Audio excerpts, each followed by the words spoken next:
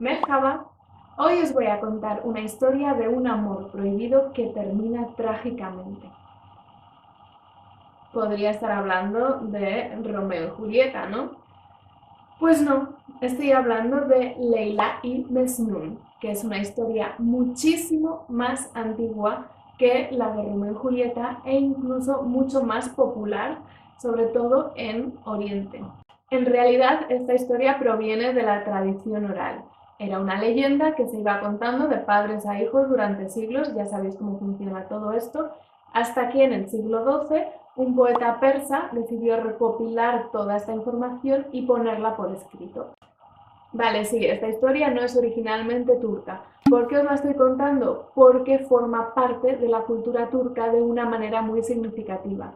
Romeo y Julieta, que fue escrita por William Shakespeare, es de origen inglés, pero forma parte de mi cultura, que soy española, y de la cultura de Occidente en general. Bueno, pero vayamos a lo interesante de qué va esta historia. Pues es la historia de un joven llamado por un nombre imposible de pronunciar para mí, y que por eso voy a escribir para no tener que pronunciarlo y quedar fatal, que se enamoró perdidamente de una chica que se llamaba Laila en árabe o Leila en turco. Se enamoró tanto que le escribía poemas basándose en el amor que sentía por ella e incluso empezó a recitar estos poemas en voz alta por las calles. Algunos lo encontraban conmovedor, pero otros, por alguna razón, le empezaron a llamar Mesnun, que significa loco.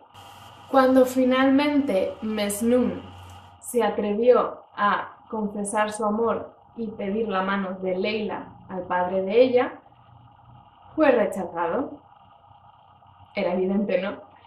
El caso es que Leila ya estaba comprometida con otro hombre y además la reputación de Mesnun, ya llamándose loco, pues no era muy buena y el padre de Leila no iba a consentir aceptar el matrimonio de su hija con alguien apodado el loco.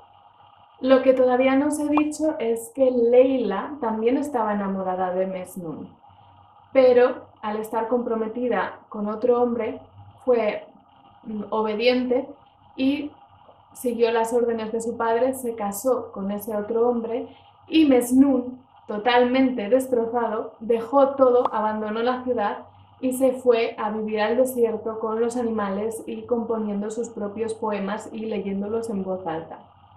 La historia podría acabar aquí, ya tiene un final suficientemente trágico, pero no, todavía nos queda mucha más tragedia. Además, ahora viene un giro de los acontecimientos.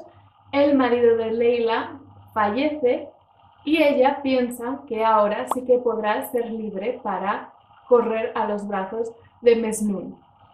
Lo que pasa es que no estaba bien visto que una mujer, al quedarse viuda, rápidamente fuera con otro hombre. Por lo tanto, a Leila le tocaba esperar. La perspectiva de esperar unos cuantos años más antes de poder estar con su querido Mesnun acabó por matarla. A Mesnun, en el desierto, con los animales, con sus poemas, le llegaron estas noticias de la muerte de Leila y corrió a visitar su tumba. Se quedó allí hasta que fue encontrado también muerto junto a ella. Como la historia de Romeo y Julieta ha inspirado un sinfín de canciones, de óperas, de películas, de poemas, en la literatura es continuamente mencionado la historia de Leila y Mesnun, por eso es importante que la conozcáis. Por ejemplo, yo aquí tengo dos libros que me leí en su momento y que mencionaban esta historia y que además, por cierto, me encantan y os los recomiendo. Aquí tengo Mil soles espléndidos de un autor afgano, de origen afgano, Khaled Hosseini. Y aquí tengo otro de un autor turco, Orhan Pamuk, que se titula El Museo de la Inocencia. Antes de acabar el vídeo sí que me gustaría deciros algo importante, que es que la historia de Leila y Mesnun es también utilizada para el lenguaje hablado, para hablar coloquialmente. De hecho, para referirse a dos amantes se les llama Leila y Mesnun, o para referirse a una persona que está locamente enamorada de otra se le llama Mesnun. Así que ya vosotros podéis utilizar también estas expresiones en vuestro día a día si queréis. Espero que os haya gustado el vídeo y nos vemos próximamente.